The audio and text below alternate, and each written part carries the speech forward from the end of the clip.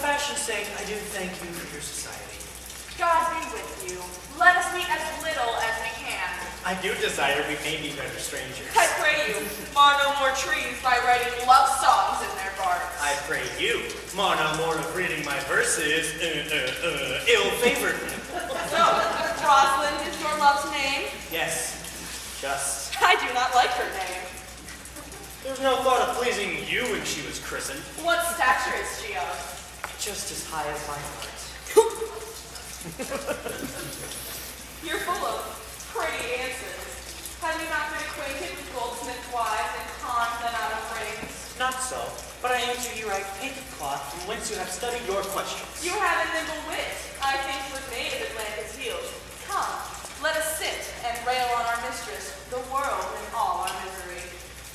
I will chide no braver in the world but myself, against whom I know most faults. Your worst fault is that you are in love. 'Tis a fault that will not change for your best virtue. I am weary of you. By my troth, I was seeking a fool when I found you. He is drowned in the brook. Look but in, and you shall see him. But if I look there, I will see nothing but my own figure. Which I take to be either a fool or a cipher. I'll tarry no more with you. Farewell, good Signor Love. I am glad of your departure. Adieu, good Mademoiselle Melancholy. I will speak to him, like a sack's tossing lightning, and under the habit of playing the Do you hear, Forrester? Very well. What would you? I pray you, what is the clock? You should ask me what time of day. There's no clock in the forest. Then there is no true lover in the forest, or else groaning every minute and sighing every hour to check the length of time as well as the clock. And why not the swift foot of time? Would that not be improper? By no means, sir. Time travels in divers paces with divers persons. I'll tell you who time ambles with all, who time trots with all, who time gallops with all, and who these stand still with all. I prithee, who doth he trot withal? Mary, with the young maid between the contract of her marriage and the day of the solemnize. If the interim be but as tonight, time's pace is so hard, it seems the length of 7 years.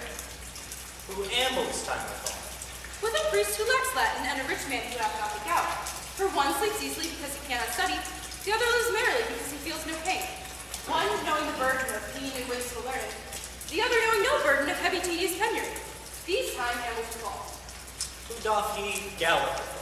With a thief to the gallows, for though he go as softly as foot can fall, he still thinks himself a true man. Who stays it still withal? With lawyers on vacation who sleep between term and term, and they perceive not how time moves. Where dwell you, pretty youth? With the shepherdess, my sister, in the outskirts of the forest, and fringe upon a petticoat. Are you native of this place? As the coney you see dwell here where she is kindled. Your accent is something finer than could be removed in so removed a dwelling.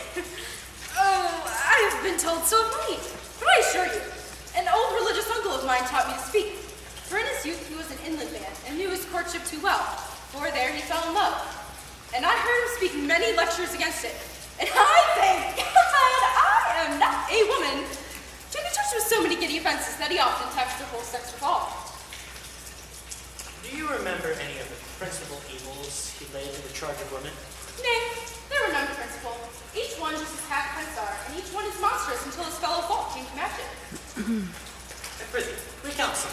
Nay, I will not cast my physic but on those that are sick. There is a man who abuses young plants in his forest by carving rosin on their bark, hangs odes upon hawthorns and elegies upon brambles, all forsooth to find the name of rosin. If I could meet that fancy monger, I would give him some good counsel, for he seems to have the quotidian of love upon him. I indeed that is so love-shaped. I pray you, tell me your remedy. Hey, there are none of my uncle's marks upon you.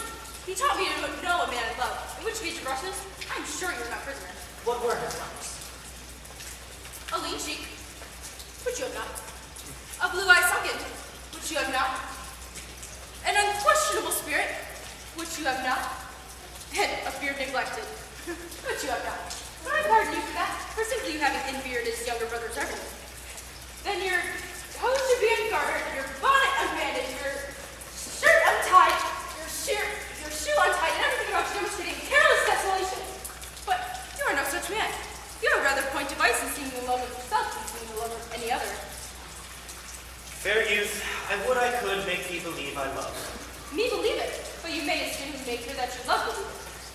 that she's after to do, they confess she does. That is so one of the main points in which women still lie to their consciences. But, in good sooth, are you he that hangs the verses on these trees where Rosalind is so admired? Fair youth, by the white hand of Rosalind, I am he, that unfortunate he. But are you so much in love as the rhymes speak? Neither rhyme nor reason could express how much.